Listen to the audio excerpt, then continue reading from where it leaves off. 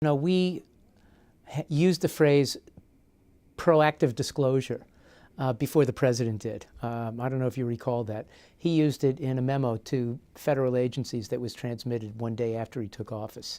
And we've been using it in our annual reports for a long time to attempt to get government to push the information out so that nobody has to request it under FOIL, so that the information is simply there for the taking.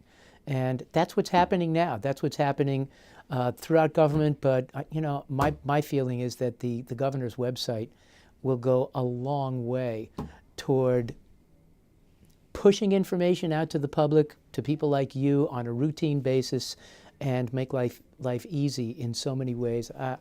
And my understanding is that this website is evolutionary. It's going to be changing over the course of time. I believe that more and more information will be made available online as time progresses. But is there enough there? Is there enough? There's never enough. You know this. You're a member of the news media. There is never enough. But my guess is that there will always be more. There will always be more. You'll raise questions. Others will raise questions, which will lead to improvements in the website, enhancements, additional information being posted. I'm absolutely certain of that. Such as receipts or maybe the schedules of the governor's top staff? Yeah, perhaps, sure. I mean, if there's an interest, my guess is that the material will be posted. And that's one of the realities. There have been bills introduced that would make everything that's ever been requested and disclosed under FOIL available on a website. That makes no sense at all. Because in so many instances, somebody will make a request for a record that is of interest only to that person. And there's simply no need to clog up the website with material that most of the world simply is not interested in knowing. But again, if you and others or the public expresses an interest in particular kinds of material, I'm going to guess that it's going to be posted. Should the governor be a stronger advocate for the legislature to maybe increase their own transparency, such as maybe advocate for a bill to have them be required under the Freedom of Information? I can't speak for the governor on that issue.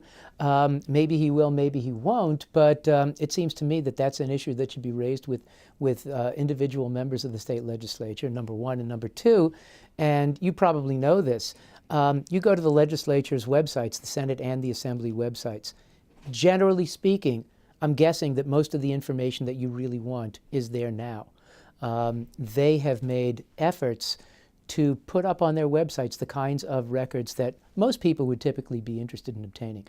I go to the Assembly's website all the time for a variety of reasons. That's where I find and have the ability to download or email to you copies of statutes. If you want Section 42 of the General Municipal Law, instead of going to the fax machine or whatever, I just go to the Assembly's website, bring it up on the screen, get your email address, and send it to you. So there's a lot of information that's accessible there now.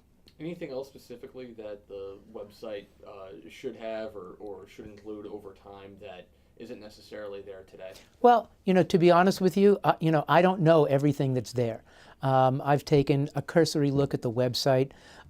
It seems that information that is basic to the public is there now. Where's the governor going? Where has he been? What is he doing? All of that material is public, but I can't stress enough that with time, increasingly, you'll see more information available on the site. And part of what will be posted, I'm sure, will be based upon the kinds of questions that you'll be raising.